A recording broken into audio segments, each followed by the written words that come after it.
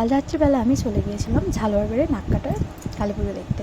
তো তোমরা প্লিজ আমাকে কমেন্টে জানিও আমাকে কেমন লাগছে।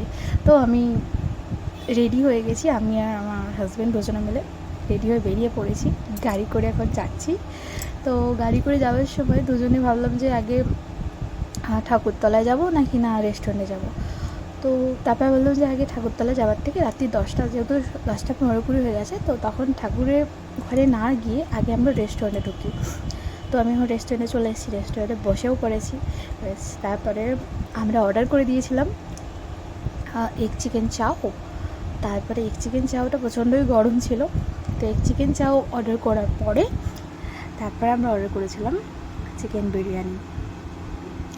তো প্লিজ তোমরা আমার ভিডিওটা দেখে প্লিজ কমেন্ট করো আর প্লিজ সাপোর্ট করো, প্লিজ পাশে থেকো তোমরা সবাই, আমাকে প্লিজ ফলো করে দিও।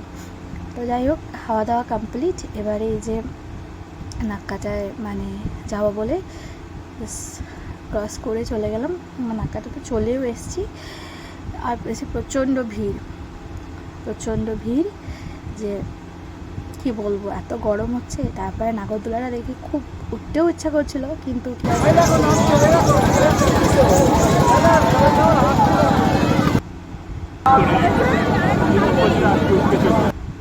বর বললো যে নাগরদোলায় উঠতে হবে না, কোথাওতে উঠতে হবে না, এবার চলো ঠাকুরের দিকে যাই। ঠাকুরের দিকে এত বাসাটা হরিণর দেওয়া হচ্ছিলো, ওখানে দাঁড়ানো যাচ্ছিলো না, এত অতিরিক্ত হরিণর দেওয়া হচ্ছিলো ওখানে, মানে একদমই দাঁড়ানো যাচ্ছিলো।